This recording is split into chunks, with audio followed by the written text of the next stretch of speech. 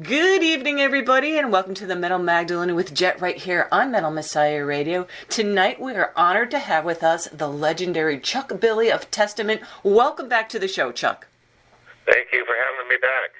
So, we're here to talk about the New Testament album, Titans of Creation. But of course, Chuck, with this whole virus crisis happening and finding out you and your wife had it, all your fans were very worried about you. So how are you guys doing now? We're doing better every day. I think the first probably 2 weeks were, a sickness that we've never felt. Just, had all the symptoms, tired, aches, no taste, no smell, headaches. But, I think we're over the hump now. It's probably going on a good 16, 17 days. I'd say the last 4 or 5 days we are feeling much better. But we don't know if we're ill. It's such a weird time because, when we got home, we wanted to be proactive and go get tested just because of where we've been. Right. And, unless you have symptoms, you can't really get tested. So until we were feeling bad and went and got tested, you wait. And then once we found the results, we quarantined ourselves. And then now we're like, the doctor said, okay, you go out, go to the store, just wear a mask. But we're like, well, how do we know we're not sick still? I know. It's just all so new. And even since when you got sick, already things, as far as medical goes, have been progressing right along. And now they have this test. It takes like 15 minutes. And it's just, the whole thing is just surreal. It is. And it's just, we watched it unfold on us being in tour in Europe, halfway through the tour, we lost Italy, the show canceled. We were just watching, things started getting tighter and tighter, and, shows started to be recommended to get smaller and smaller capacities, and, we were fortunate just to kind of be able to finish the tour. We ended up canceling the last show of the tour, but we were fortunate enough to get out of there on the 12th, before the travel ban on the 13th.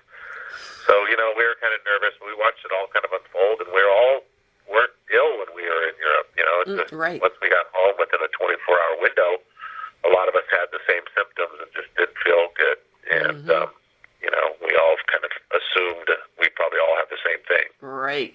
And, I was actually going to ask you about that. I mean, here you guys are out on tour when all this is going on. I mean, were you getting any kind of information? I mean, you must have had, some kind of fears. I mean, was any kind of information coming through? There wasn't a lot of information. You just kind of watched it.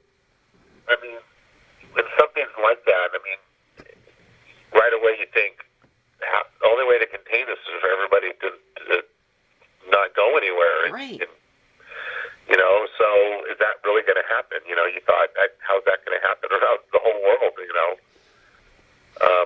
But, as the things progressed, every day something was different, something was changing. That's all we've seen on the news. We got home, we're thinking we had an American tour starting, and everything just escalated into what it is now.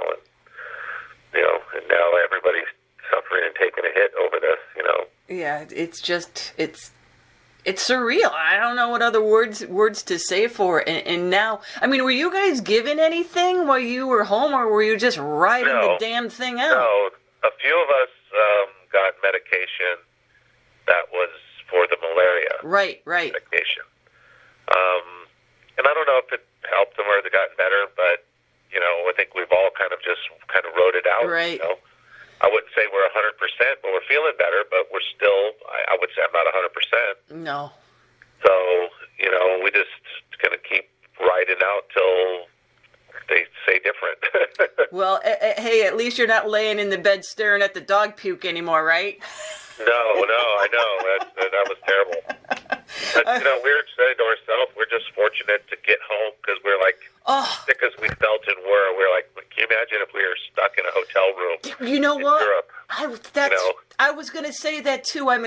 You don't want to look, if there could possibly be any kind of a bright side to it, at least you made it home. You know what I mean? And I kind of... comfortable at home and yes. have your own things, but we were like, man, if we would have lost our crying that you had to sit in a hotel room for 2-3 weeks, you know. Ugh. I probably would have said, take me to the hospital. I would have lost it. Yeah, You know? yeah, no. So it's still, these little things. I said the same thing. I'm like, well, at the very, very least, Chuck, at least you made it home. Yep. You made it to your bed where you lived for 2 weeks or whatever. And, you kind of, I mean, you're by your own doctor and and it was kind of early set on when you guys got it. I mean, if it was in the peak, it might be a whole different ball game. But, well, at least you're on as they say, the downward slope now. Yeah. We're just, watching everybody else kind of heal as well over this. And one of our guitar techs, he's stuck in Europe. Oh, shit. So he can't get back here for a while. So, Is he sick? Does he have it? Yeah. Oh, shit. Oh, well, you almost all made it back. Yeah.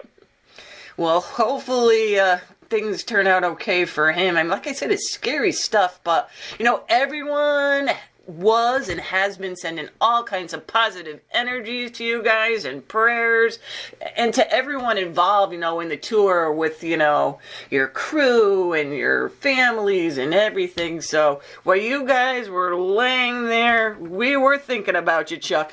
That's awesome. Yeah, we definitely felt the love everywhere, that support, once this was going down. But, we felt that it was really something and kind of our duty to speak up about having it. Some people are like, well, maybe you shouldn't say anything and keep it quiet, but it's like, that's kind of not right. I think that we feel a little bit better too, knowing that not everybody's gonna die, and not, you know what I mean. There's a lot of people scared, and nobody knows what's going on, and I think it is very reassuring. And again, I thank you for coming on the show today, for people to hear you, and you haven't coughed yet, so okay.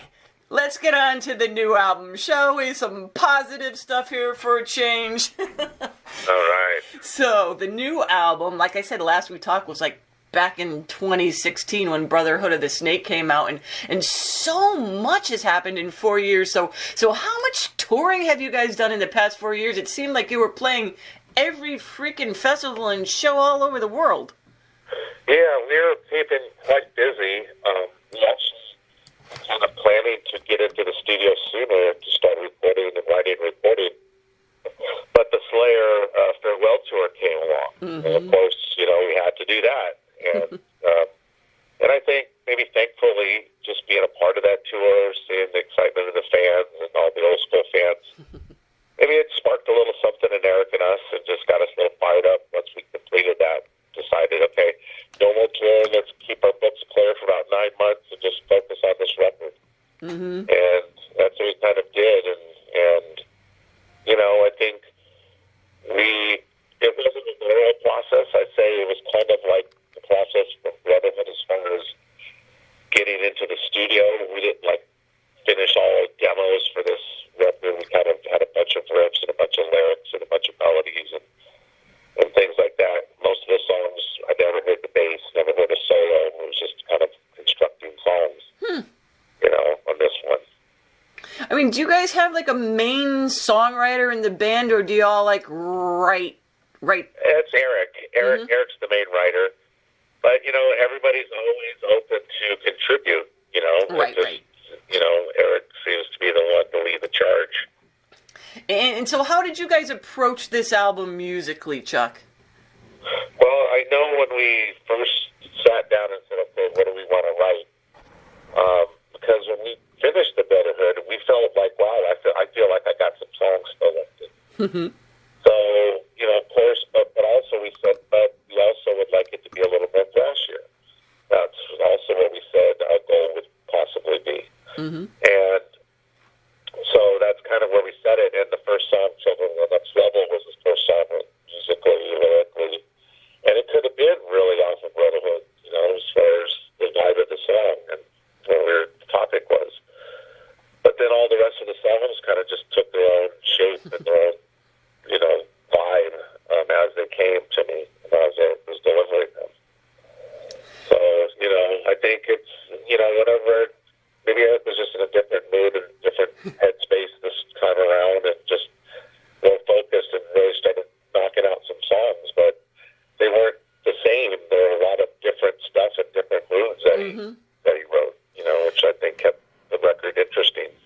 And Chuck, it's kind of funny because every time Testament comes out with a new album, we're like, how the hell are they going to top that last album, And you always do, and this one is fantastic, and it does have, like you said, different moods in some of the songs, but it doesn't lose the Testament sound, you know what I mean? It's not like you're recreating the wheel or anything. And speaking of writing songs, tell us a little bit about track number 5, right, City of Angels, which I think is probably my favorite track because of so many different things. So this is a little different than what a lot of people are accustomed to coming from you guys, a little sludgy, some cool fuzzy guitars in there. And the subject matter is kind of creepy in itself. So tell us a little bit about writing the lyrics and the music in the song. I mean, it all intertwines. It's like watching a creepy movie. Well, it is, and it's a funny story because that song, I was on a crusade basically for that song not to make the record. When I first heard the song, it was like 7 or 8 minutes long. It was very long. Mm-hmm. And it was very slow, and I really felt like it didn't fit the pace of the rest of the songs on the record. And so I didn't want to write it and give it any time. Mm-hmm. But when I was in L.A. writing with my friend Del, it was like we had the record finished, and all we had was that last song. And I didn't want to play it. He said, well, just let me hear it. So I played it for him. And he says, you know what? Hold on a second. He comes back down. He goes, I got these lyrics, this song called City of Angels, Servant of Satan. I think he had a title at the time. And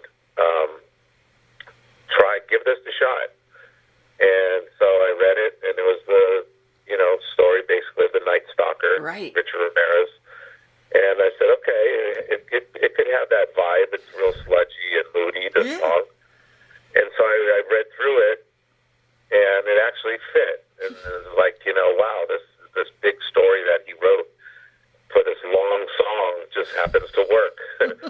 But I didn't know how I was going to really approach the song. So I took it home, and about 2 days later, I recorded the song.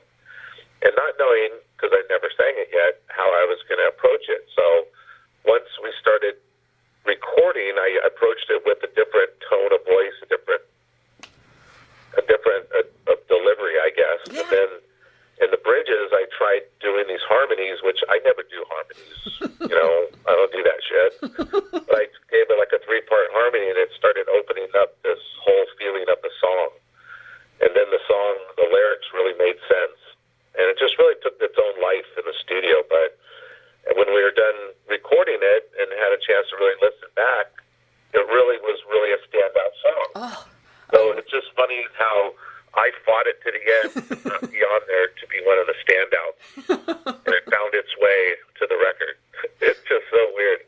Well, it's cool. And, listening to you say that story as well, you do interject, regular Chuck Billy, vocals in there. So we feel a little better that you guys aren't going really weird on us or anything. You know what I mean? With the music, like, okay, Chuck is keeping it real in there, So, right. so it was just really cool to listen to and all the different things with the lyrics as well. Like I said, it's like a whole separate ballgame, like a creepy movie in the middle of a testament. That would probably a song that we would love to do a video for. Yeah. It's a really, really awesome looking, cinematic looking video for it. Just would be really pretty awesome. Ooh, it would be cool, it'd be like one of those Sundance Film Festival things. Yeah. Yeah, exactly. So track number 10 now, right? I can't even pronounce it. The code of Hammurabi. Yeah. So what is the code of Hammurabi? And I love the intro. Hammurabi is basically the first form of law. Okay. Basically, it's back when it was eye for an eye, tooth for a tooth. You get caught stealing, set your hand off. So it's basically our first form of law.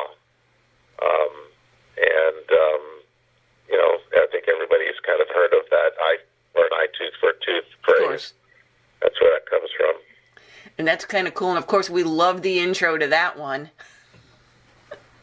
Yeah, that's one of a song. Alex wrote that song. Oh, wow. And so you can totally tell it has a different feeling Right. than the other songs, and a different tone. And it's cool, it's like, okay, let's let Steve do something. Yeah, it's funny because Steve and because a lot of the songs was only had one guitar, the drums, and the vocals, when we were writing riffs and writing stuff. So a lot of stuff I'd never heard the bass until it was time to track it on the record. Right. And it's funny when hearing Steve, some of the songs like Ishtar's Gate and stuff like that, where his bass line really stands out with the vocals. And like, I never even heard that writing the song, but now, after I wrote the words, and now, God, it just gives that such a big opening part now with the vocals. And it must be nice for you to work with those guys where you can finally hear the thing and everything kind of fits where it's supposed to. Yeah, well, that's it. Then the drums, just the drums and the bass was like, wow, they did such a killer job. They made the record just on their performance. Really did. I mean, Gene does nonstop killing it on the drums on the record. So it really does lay a good foundation, his drums. And in any of the processes, be it writing or recording, did you guys face like any challenges in creating this album? Not any challenges. I would say what I noticed was an improvement was, like in the past, I know Eric's worked with local drummers or a drum machine and kind of showed Gene the songs or the parts, and Gene would kind of interpret it his way. On this one, we brought Gene in while Eric was actually in the creating process. So they worked together when Eric was writing. I think that's a big part of the songwriting of this record that's different, that makes it a little stronger, is that Gene was just a monster out of the gate instead of trying to reinterpret somebody else's stuff. And it just took the songs just to another level at that point, And then to have Steve, which is very comfortable playing with Gene, he came in and killed it, Yeah. It's a great album, and Chuck, I don't know how you do it. You must be like one of them fine wines or something, because every freaking album you guys come out with, your vocals like seem to get better. So how the hell do you do that? I don't know, and I don't know how it does, but I really give it to approaching the songs as they come. I mean, like I said, like on this record, I use voices and tones of voices that I never used, but the music inspired me to do that. So at least, what I'm getting is keeping me trying new things, getting out of my comfort zone when it comes to singing.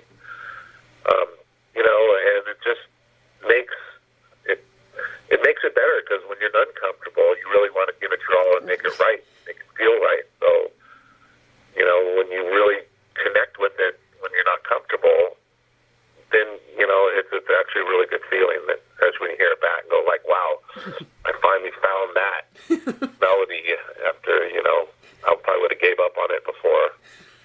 Yeah, I mean, the whole album sounds good, and it's not, I don't know how to explain it. I mean, the songs that you have released so far, the singles, I haven't heard a single bad thing about it, And I like the way that these songs are a little different. And the way that you say now is how it was approached a little bit with instead of using the drum machine during the writing process, he did it with Gene, I think it makes a big difference in the final product, and it totally comes through when we hear it. So tell us a little bit about the artwork on the album and what you wanted the artwork to depict and how it kind of fits in with the whole album. Well, it's a funny story that the album artwork has been, of course, it started with a sketch, and I don't have the vision like Eric does or Elleran, who designed it. But it was a sketch of three guys with hammers, and I said, okay, well, let's see how the process comes. And once it was finished, it went from a darker album cover where it felt negative, and we decided positive, and make it like the universe out there and the stars. And so once it did that, it felt like it had life to it. So we never had a title to the record yet. We had some others we were throwing around, but we were looking at the album cover, just like, okay, what is this called? What is this? There's guys here pouring DNA out of vats, creating mankind, strands of the DNA. But what are these guys? Are they demons? Are they aliens? Are they humans? We just couldn't figure out what they were. We knew there's something that has to do with creation, though. And I think it was up to about a week before we delivered the record to turn in the artwork. We had the whole layout done, all the record vinyls all done. Everything was done. We just didn't have the title. And then that's when Eric came up with Titans of Creation. Yeah. And we're like, okay, yeah, those guys could be Titans on the cover, and that sounds pretty bold and strong. Yeah, Titans of Creation. Let's go with that. And that's kind of as simple as it got to coming up with the album. That's why there's not a title song called Titans of Creation. Well, that makes sense since you did it just before you turned in the artwork and the album. Yeah. That's crazy. Usually you have it like, we're going to call this Titans of Creation, and we want to kind of make it all flow with the song. But hey, it works. And you're right. With those three guys, they're creating something. They're creating the DNA. Might as well be Titans. Yeah, I mean, and it made sense once we said Titans of Creation and we soaked it up. We're like, that actually makes sense, and it makes sense the way the record came together, the way we created this record. Absolutely. And like you said, too, with the colors, huge difference. I think it would have been a whole different mood for the listener if they saw a darker album. But this is, a little bit brighter without being, lime green, crazy, thrashy stuff, So. Right. Yeah, and it felt right. It looked right. It made sense. The what process we created the songs, and it was like, yeah, okay, that Titans of Creation. Again, another perfect fit to the album. Like the whole album is just great. So, what formats is it going to be released on, Chuck? Of course, CD, the vinyl, and Nuclear Blast is really good about having different versions and different editions of vinyl. They got a little box set Cool. with 4 elements of each vinyl. We did the elements of the fire, sky, water, earth. Oh, nice. And they actually did a cassette. Oh, cool. Well, a lot of people like it. Yeah. Yeah, and unfortunately, the CDs and physical sales today aren't like they used to be. There's not a lot of shelf space out there anymore in the stores. So it's all about digital stuff and trying to make it cool, collectible products now, Right. Yeah. And cassettes. I mean, I was just talking with Warbringer yesterday, and they wanted to release a cassette. Oh, you're going to have vinyl. You're going to have all this, and their whole thing was, what about a cassette? Yeah. So it's really collectible again. I don't have a cassette player anymore, but I'm sure I could go to like a tag sale and pick one up or something. But they're cool. Right. So do you have a favorite song off the album? I would probably say Children of the Next Level. Yeah, yeah. I think just because there's a reason why it's probably the first track, but it was one of those songs that came together pretty quick and easy, and when we started playing it live, it really came together live really quick. And it's when it comes naturally like that it's a good song. So just something about that, it had everything in it. It does, yep. And it was like a perfect single too, because that's when everybody was like, holy shit, I can't wait to hear the rest of this album, So it was the perfect single. So before we go, what would you like to say to all your fans sticking by you and the band through all of this? And also, we're all really loving the new album so far. Well, just, I'd like, thank everybody for the support, but, we're living in different times right now. So just, I think for us, we wanted to give the world the record now instead of postponing it. Like people probably have told us to try to do that. And I hope they just enjoy it. It's a really good listening record, so